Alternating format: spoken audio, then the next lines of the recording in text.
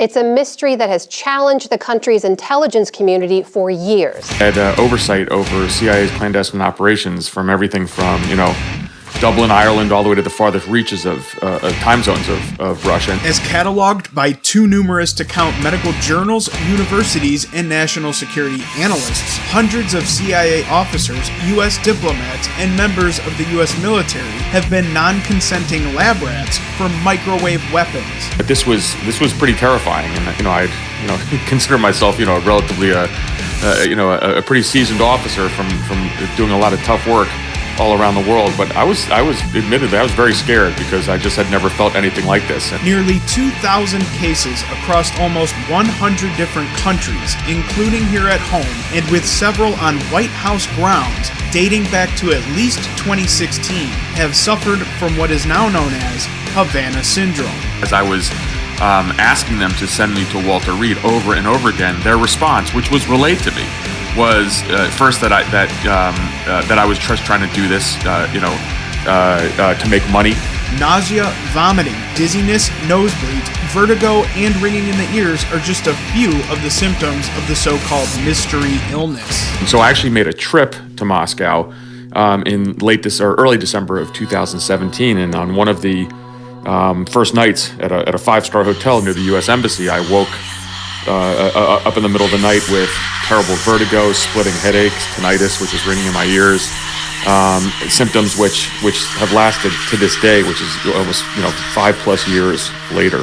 As an article published by the National Academy of Sciences in 2020 concluded, pulsed radiofrequency radiation is the most plausible explanation for the symptomatology. I said, look, there was, I seem to have some of the similar symptoms to what happened to U.S. officials the year prior in 2016 at the U.S. Embassy in Havana, Cuba. Though the distinctive symptoms suffered by those representing the United States at home and overseas have long been known since the 1940s in U.S. Embassy attacks in Moscow, the issue is once again being questioned.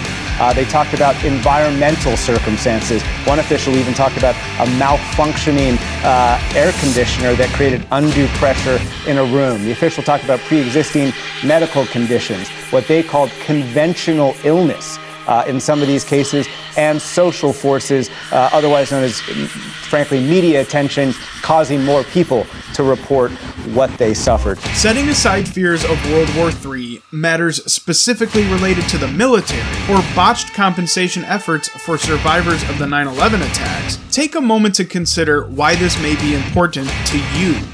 Physicians studying the phenomenon in 2019 found changes in the lipid layer white matter tracts of the brain in those afflicted. The news media has been forced to acknowledge via classified documents that directed energy weapons are, indeed, not a conspiracy. If you're enjoying these videos, be sure to take a moment to like and share it with everyone you know.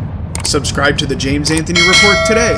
It's free and only takes a second. Now back to the report. Come on, man. Previous assessments that the intelligence community has considered said that directed energy might have caused these symptoms. The intelligence official told us, quote, those were all washed out. And more attention is being brought to the issue through average, everyday Americans who have survived viral attacks on their immune systems.